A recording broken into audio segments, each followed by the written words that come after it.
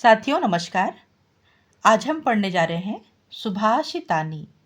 Class 8 का first lesson है सुभाषितानी और यह बहुत ही काम का पाठ है, बहुत ही महत्वपूर्ण पाठ है। सुभाषित दो शब्दों से मिलकर बना हुआ है, सु और भाषित। सु का अर्थ होता है सुंदर या मधुर और भाषित का अर्थ होता है वचन। सुभाषितानी माने हैं सुंदर मधुर वचनों का संग्रह। और ये संग्रह कहाँ से लिए गए हैं? आपके पाठ के 5 सुंदर पुस्तकों से इनको लिया गया है, जिनके नाम है, ध्यान रखेंगे आप सभी, सूक्ति मंजरी, नीति शतकम, मनुस्मृति, शिशुपाल वधम और पंचतंत्रम। इनके द्वारा इन श्लोकों को लिया गया है। आइए प्रारंभ करते हैं। गुणा गुणज्ञेषु गुणा भवन्ति, ते निर्गुणं प्राप्य भवन्ति दोषाः। गुणा अर्थात गुण, जो अच्छी आदतें होती हैं वे। गुण ज्ञेषु दो शब्दों से मिलकर बना हुआ है। गुण धन अज्ञेषु मतलब गुणवान, जो गुण को मानने वाले लोग हैं वो। तो अच्छी चीज़ें या कहा जाए गुण जब गुणवान लोगों के पास होती हैं तभी वे गुणा भवन्ति, गुण कहलाती हैं। और ते निर्गुणम प्राप्य, जैसे ही ये जो अच्छे गुण हैं वे निर्गुण लोगों के पास में अर्थात बुरे लोगों के पास में जाते हैं तो भवन्ति दोषाः, अर्थात दोष बन जाते हैं, अवगुण बन जाते हैं। भवन्ति माने हो जाना और दोषाः माने दोष, अवगुण। मतलब गुण जब गुणवान लोगों के पास में होते हैं तो वे गुण होते हैं, और वही अच्छे गुण जब बुरे लोगों के पास में चले जाते हैं तो वे दोष बन जाते हैं। ठीक उसी प्रकार से जैसे सुस्वादु तोयाः, सु मतलब अच्छा, स्वादु माने स्वादिष्ट मीठा, और तोयाः माने होता है जल, नद्यः माने नदियाँ, और प्रभवन्ति माने बहाना। नदियाँ तो स्वादिष्ट मीठा जल बहाकर समुद्र में मिलाती हैं। समुद्रम आसाद्य, लेकिन समुद्र में मिलते ही, समुद्रम माने समुद्र में, सागर में, आसाद्य माने मिलते ही, भवन्ति माने हो जाती हैं, अपेयाः, भवन्त्य अपेयाः, अर्थात वो समुद्र में मिलते साथ ही अपेयाः हो जाती हैं, अर्थात पीने योग्य नहीं रहते हैं। अगला श्लोक, साहित्य संगीत कला विहीनः। 4 शब्दों के मेल से ये शब्द बना हुआ है। साहित्य पहला शब्द है साहित्य, दूसरा है संगीत, तीसरा कला, और विहीनः माने होता है रहित। इनमें 3 प्रकार की चीजें दी हुई हैं, साहित्य, संगीत और कला। विहीना माने से रहित, जिनके पास नहीं है। जिन मनुष्यों के पास में इन तीनों कलाओं में से कोई भी कला नहीं है, न तो साहित्य है, न संगीत है, और ना ही कोई सी प्रकार का कोई उनके पास में कला है, वे कैसे हैं? साक्षात पशु, वे साक्षात पशु के समान हैं, जानवर के समान हैं। जो कैसे हैं? पुच्छ विशाल, पुच्छ माने होता है पूंछ और विशाल माने होता है सींग, हीना माने रहित।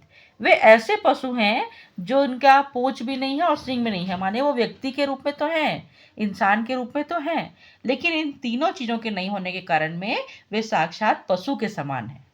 और कैसे पशु हैं? तृणम न खादन्नपि, तृणम माने घास, न माने नहीं, खादन्नपि नहीं खाता है, फिर भी जीवमानः जीवित है। मतलब मनुष्य घास तो नहीं खाएगा ना, तो मनुष्य है वो, इसलिए वो क्या होता है? घास तो नहीं खाता। तो एक ऐसा जीव है जो तृणम न खादन्नपि, घास तो नहीं खाता है। तद भाग ध्येयम, फिर भी वो दुर्भाग्य से कैसा है? परमम पशु नाम, वो एक पशु के समान है। अगला श्लोक, लुब्धस्य नश्यति यशः पिशुनस्य मैत्री। लुब्धस्य माने कि लालची व्यक्ति, नश्यति माने नष्ट होता है, यशः माने मान सम्मान कीर्ति। लालची व्यक्तियों का मान सम्मान नष्ट हो जाता है। पिशुनस्य मैत्री, पिशुनस्य शब्द का अर्थ होता है चुगलखोर। जो लोग एक दूसरे की बुराइयां करते रहते हैं उनका क्या नष्ट होता है? मैत्री। लुब्धस्य नश्यति यशः, लालची व्यक्ति का यश नष्ट होता है अर्थात मान सम्मान नष्ट होता है। पिशुनस्य मैत्री, और चुगलखोर व्यक्ति की मित्रता दोस्त नष्ट होते हैं। नष्ट क्रियस्य कुलम, देखो यहाँ पे कुलम अर्थ परस्य लिखा है ना, ये 3 शब्दों से मिला हुआ है, कुलम अर्थ परस्य। तो हम कुलम तक का लेंगे, ठीक है, पहले वाले में कुलम तक का। नष्ट क्रियस्य कुलम, अर्थात जो अक्रिय व्यक्ति है, जो क्रियाशील नहीं रहता, उसका क्या नष्ट होता है? कुल माने कि परिवार, वंश। जो अक्रिय व्यक्ति है, जो कर्मशील नहीं है, उसका वंश नष्ट होता है, कुलम। और अर्थ परस्य, अर्थ माने होता है धन, जो हमेशा धन के लिए लालची रहता है, धन के लिए जो हमेशा लालच रखता है, उसका नष्ट होता है धर्म। विद्या फलम व्यसिनः, व्यसनिनः, विद्या फल किसका नष्ट हो जाता है? व्यसनिनः का। मान लीजिए व्यसनिनः माने क्या होता है? जो बुरी आदतें, बुरी लत होती है। आपके सामने कोई बहुत ही गुणवान विद्वान व्यक्ति है, आप पसंद करते हैं, लेकिन उसी वक्त उसको पता चल जाए कि अरे वो तो शराबी है, कोई व्यसन है उसके अंदर, कोई लत है, तो हम क्या करेंगे? उसे पसंद नहीं करेंगे। तो इसीलिए जो लत, जिनकी बुरी लत होती है, उनका विद्या नष्ट होता है। कृपणस्य सौख्यम, कृपण माने कि होता है कंजूस व्यक्ति, और उसका क्या नष्ट हो जाता है? सुख। कंजूस रहेगा तो अपने आप ही सुख के साधन वो खरीदेगा ही नहीं, तो कंजूस व्यक्ति का क्या नष्ट होता है? सुख। राज्यम, किसका राज्य नष्ट होता है?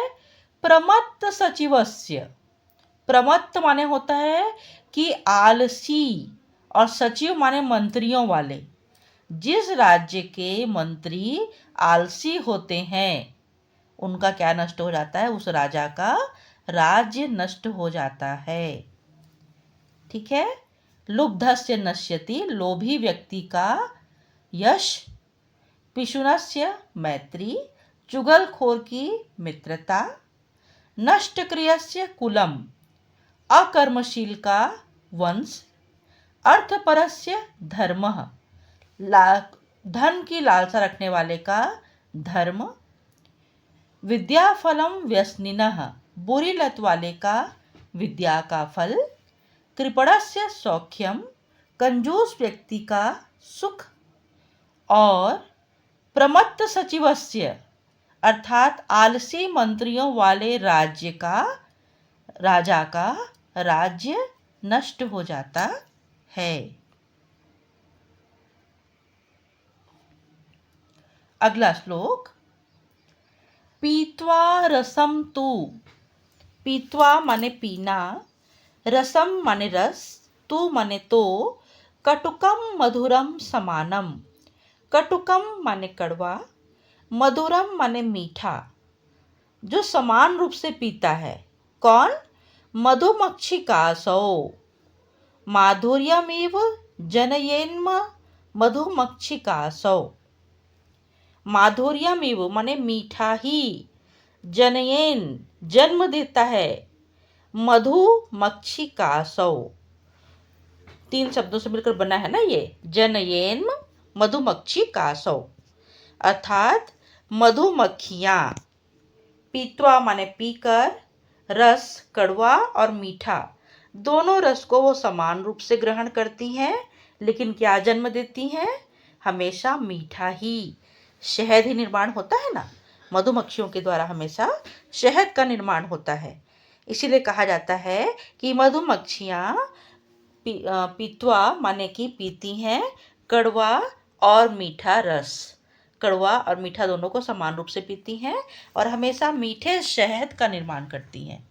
ठीक उसी प्रकार से संतस तथैव, संतस माने साधु लोग, सज्जन लोग, तथैव माने उसी प्रकार से, सम सज्ज दुर्जना नाम, सज्जन और दुर्जन दोनों व्यक्तियों के लिए समान व्यवहार करते हैं।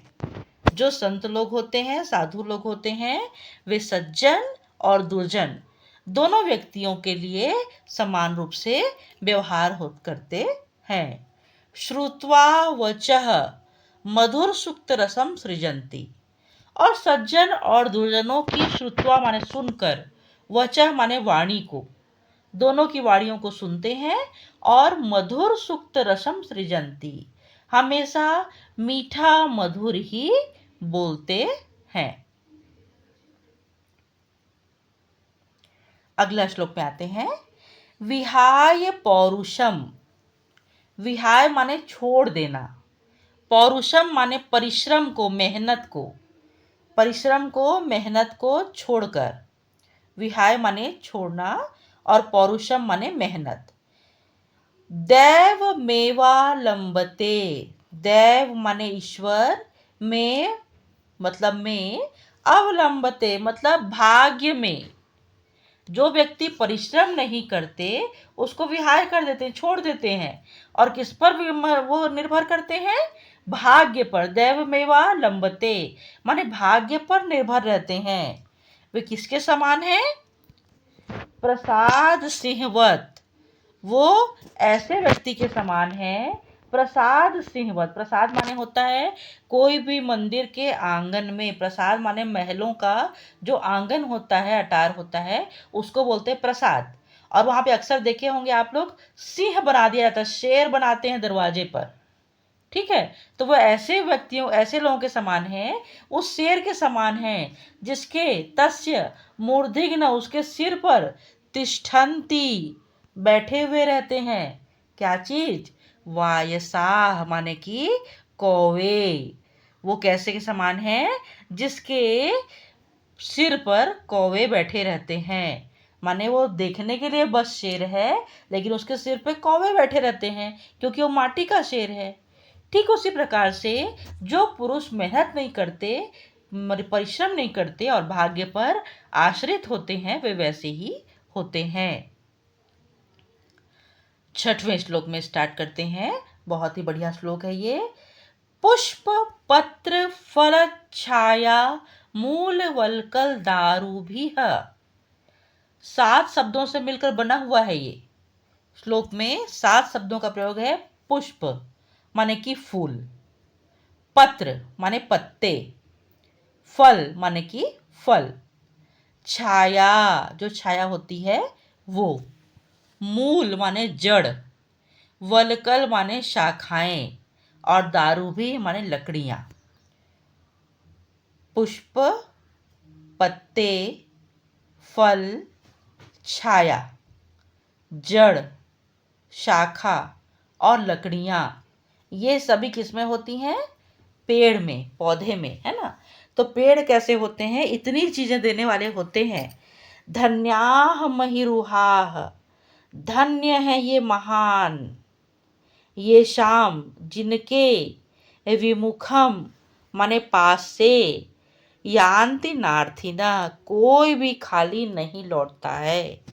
पेड़ों के पास अगर हम जाएंगे तो हमको इतनी सारी चीजें मुफ्त में वो देते हैं। क्या क्या? पुष्प माने कि फूल, पत्र माने पत्ते, फल, छाया, जड़ें, शाखाएं और जलाने योग्य लकड़ियां, इन सभी से वे मनुष्य की भलाई करते हैं। धन्य है ये महान चीजें जिनके पास से कोई भी खाली हाथ नहीं लौटता है। अगला और अंतिम श्लोक है सुभाषितानी पाठ का, और बहुत ही काम का श्लोक। चिंतनीया ही विपदाम, चिंतनीया माने चिंता करना, सोचना। कब सोचना? विपदाम, जब हमारे पास विपत्ति आ जाए तब, जब हमारे पास विपत्ति आ जाए तब चिंता करना। आदावेव प्रतिक्रिया, बहुत ही कैसी बात है, दुख देने वाली, परेशान करने वाली प्रक्रिया है। जब भी हमको चिंता करनी है तो विपत्तियों के, समस्याओं के आने के पहले हमें समाधान सोचना चाहिए।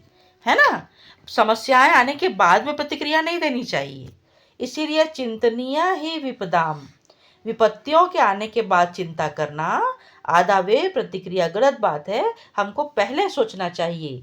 ये ठीक उसके समान है जैसे न कूप खननम। कूप खननम माने कुआं खोदना। कब खोदना? प्रदीप्ते वह्निनाम गृहे, अर्थात जब गृह माने घर में, वह्निनाम माने आग लग जाए, तब जाकर कुआं खोदने के समान है। अर्थात समस्याओं के आने के बाद उसके समाधान पर विचार करना ठीक उसके समान है जैसे घर में आग लग जाने के बाद में कुआं खोदने जाना। कहने का तात्पर्य यह है कि हमेशा हमको समस्याओं के आने के पूर्व ही उसके समाधान के लिए सोचना चाहिए, बाद में नहीं।